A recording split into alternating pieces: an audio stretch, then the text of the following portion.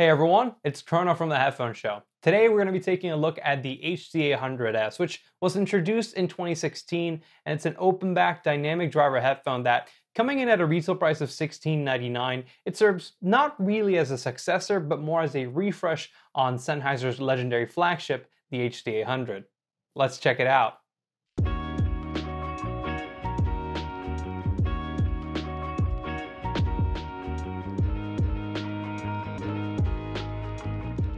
Alright, so getting right into it, the HDA100S, like the original, is still using Sennheiser's 300 ohm 56mm ring radiator driver, but it adds a Helmholtz resonator-like absorber that seeks to ease resonances and peaks in the treble with a method that's similar to the very popular SDR HDA100 mod. So, revisiting it in 2020, how does the HDA100S stack up to its more modern competitors, and is it still able to assert itself as one of the world's best headphones like the original did just over a decade ago?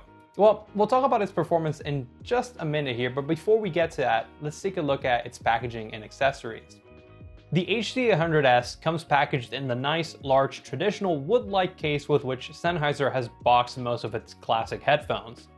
Inside, you're greeted by the HDA100S along with some manuals and warranty information. Also included are two 3-meter fabric sleeve cables, and although they both feature dual-sided ODU connectors for the headphone side, one of the cables has a 1/4-inch termination, whilst the other terminates in 4.4mm balanced.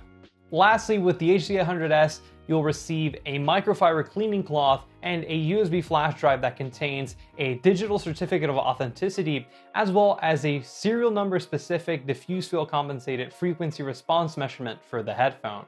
Now let's move on to build quality and comfort. Aside from the new matte black finish, the HDA100S's design is virtually identical to that of the HDA100. Like the original, the HDA100S is still composed primarily out of plastic, but it feels very structurally sound and well refined, with no loose parts or creaking and very little to no chassis flex. Now, whilst I do think that the HDA100S's design is very good and it feels premium, there are two elements on this build that I do think warrant some caution. The first of which is this silver metal mesh surrounding the ear cups. To achieve its intended acoustic performance, the HDA100S's ear cups are almost completely uncovered, and to maintain this unobstructed open sound design, Sennheiser used a very fine metal mesh that surrounds the rear side of the driver. This metal mesh compromises a significant portion of the ear cups, and whilst it does hold its shape well, it is prone to cosmetic damage. If you want to keep your HDA100S in prime condition for as long as possible, I highly encourage that you handle these with care and actively avoid touching that part of the headphone, as your fingers alone can easily make dents and scratches in the mesh. Then there's the ODU connectors on the HDA100S itself. The socket assembly on the HDA100S is only held in by friction and by two very thin wires. The poor attachment of the connectors onto the rest of the chassis, along with how tightly the ODU connectors fit in the jack, make it very easy to tear out the entire socket assembly if you're not careful with how you detach the connector. So whilst the metal mesh really only causes concern for possible cosmetic flaws, the connectors can actually break the headphone and render it unusable. If there are future iterations of this headphone, I really hope that Sennheiser introduces an updated, reinforced design for the jacks to prevent users from ripping them out when swapping cables or simply storing their headphones. Now, for comfort, the HDA100S is without a doubt the most comfortable headphone I have personally ever worn. Thanks to its mostly plastic construction, the HDA100S is extremely light at only 330 grams, which, in combination with a low clamp force, makes them very easy to wear in day-long listening sessions. Also aiding in making these ultra comfortable is the ear cups, which have a rather unique D shape to them and have very large inner diameters that allow for plenty of room for your ears to fit in. The pads may be a little thin, but they have just enough foam to comfortably rest on your head, and they're covered with a very soft and easy on the skin microfiber material. The only thing I'll really note for comfort is that the ear cups are not particularly deep, so if your ears stick out a little bit, they may come in contact with the driver. Alright, we've finally reached the sound section of this video. Now, when it was originally introduced in 2009, the HC100 was met with great acclaim because it delivered truly world-class performance that allowed it to easily stake its claim as one of the best headphones one could buy. Since then, the HC100 and subsequently HC100S have been considered to be a standard in the high-end audio market. So, with this great a legacy, how did the HC100S perform in my listening experience? Well, when I first got to listen to the HC100S, I remember throwing on You Don't Love Me, which is a live recording from the Allman Brothers Band's at Fillmore East album, and as soon as the music started playing, I was seriously impressed. The HC100S presented vocals and instruments with a lucid, almost uncanny level of clarity within an astonishingly open stage that effortlessly created a true-to-life listening soundscape. Admittedly, the HC100S's tuning was a little bit more on what I think could be described as the analytical side, as it was definitely bass light, its mids were pretty uncharacteristic, and its treble range had a little bit of bite to it, but still, I was simply struck by how transparent it sounded to me, and the absolute fidelity with which it seemed to reproduce anything I'd play on them. But anyways, let's go on ahead and let's talk about its tonality, starting off as per usual with the bass. So the bass region is unfortunately where the HC100S falls flat, and for me it was vastly outperformed by several other headphones that I've tried in the sub $2,000 price range. So it has seen a slight increase in bass presence when compared to the original HC800, but it was only a very slight difference, and for the most part it still remains a very, very lean bass response.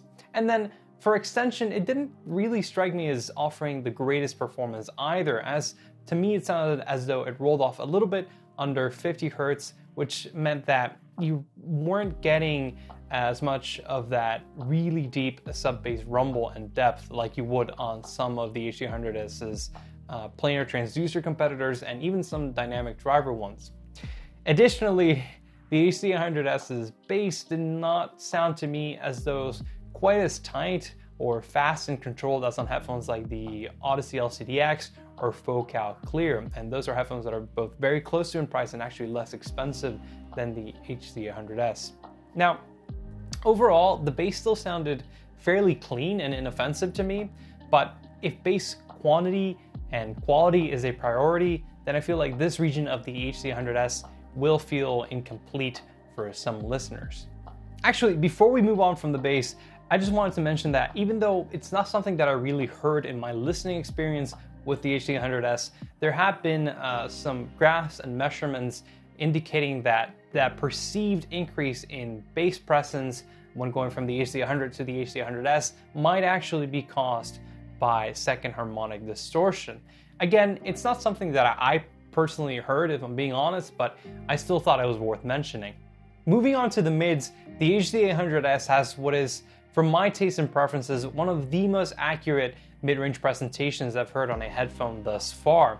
I find that its lower mids between 250 to 1000 Hz have a very precise tuning with an organic voicing that just gives vocals and instruments an adequate tonal density. And equally as well represented is its upper mid-range between 2 to 5K. I find that it just has the right amount of energy to just give midtones a very realistic presence without ever coming through as forward or shouty.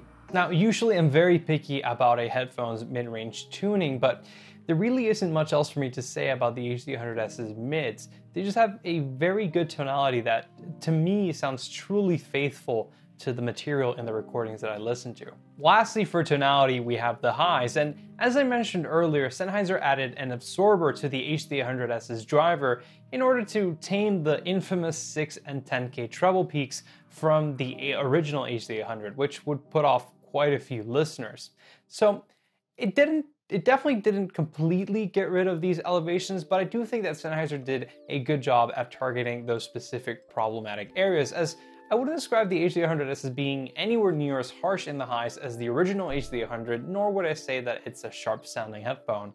Still though, there were two spots in the treble range that I did think had a little bit more energy than some listeners might be comfortable with. The first and more significant elevation was what to me sounded like a 4 to 5 dB rise at 5.5K, which introduced a fair bit of sibilance and glare in the lower treble and made cymbals in particular come through as splashy. Then there was another rise at 10K, but thankfully it was nowhere near as large as the one on the HD100, and for the most part, the one on the HD100S was actually very subtle. At worst, I found that it added a slightly glassy edge to vocals, and it would also emphasize the strike of percussive instruments. Altogether, despite these characteristics, possibly running the risk of becoming distracting or maybe even a little bit fatiguing in longer listening sessions, they really weren't anywhere near as aggressive as those of the HD800, and I personally didn't feel as though they detracted from my overall listening experience. The HD800S's highs were still very enjoyable. I mean, they had nice glisten in the upper treble, plenty of sparkle, as well as well-textured harmonics. So as long as you're not super treble sensitive, the HD100S should still be a very good time.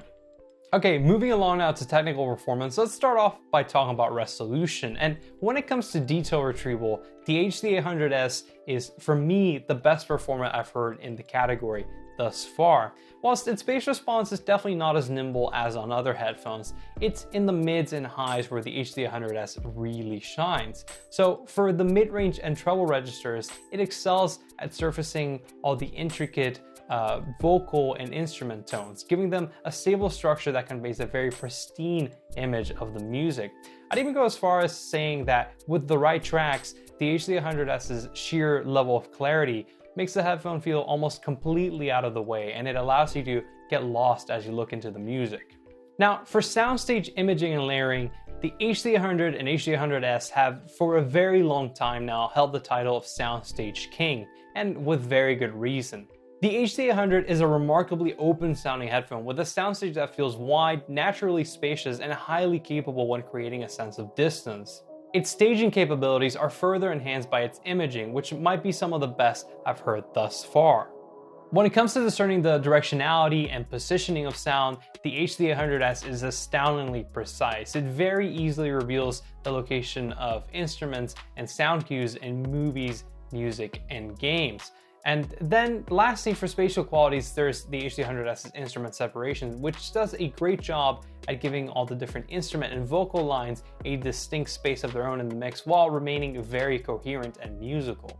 Lastly, we have dynamics, and the HD800S is definitely not the strongest when it comes to delivering a physical impact or recreating a sense of punch and slam, but it still retains a nice top-end attack that gives instruments like acoustic guitars a nice snap, or percussive instruments a satisfying bite. Just don't expect it to add some serious kick in the lows if that's what you're after. Overall, I'd say that its dynamics presentation is a soft and laid back one, not too unlike the one presented by the Aria or the one offered by the HD600. As always, before heading into the conclusion, I just wanted to touch upon EQ very briefly. And whilst I do think that the HD100S is a great sounding headphone from the get-go and one that I could easily enjoy without EQ, I of course made an EQ profile for it that seeks to bring it a little bit closer to my personal preference, and in general it just warms it up a little bit. So it adds a little bit more bass presence, particularly under 100 Hz, and then it also just cools down slightly those treble peaks. So if you're interested in trying out my preset for it, I've made a post on the headphones community forums that is a compilation of all my EQ settings for all the headphones that I reviewed, including the HD100S. So if you're interested in checking that out, there's going to be a link to that in the description down below. All right, so now to wrap up this review of the HD100S, after having the opportunity to listen to it myself, it becomes very easy to understand why it's been for over a decade considered by many listeners to be the benchmark for high-end flagship headphones. The HD800S is without a doubt a spectacular headphone that makes for an almost revelatory listening experience, and I truly believe it achieves a very good blend of top-tier acoustic performance, day-long listening comfort, and an enjoyable, agreeable tonality now that the absorber has been added to the driver. It may still fall a little flat in the bass department, particularly without EQ, but for those who are looking into getting a flagship headphone that feels very true to source, the HD800S is a solid all-rounder to which I give a very strong recommendation. Anyways, that is all for me today. I hope you enjoyed this video or found it useful. If you did, do consider dropping a like. And if you want to learn more about the HD800S or other headphones, I highly encourage you to check out the review section available on headphones.com, which already has dozens of articles and reviews posted on it. For more headphone and audio content, stay tuned by subscribing to The Headphone Show and ringing the notification bell. Until next time, this is Chrono signing off.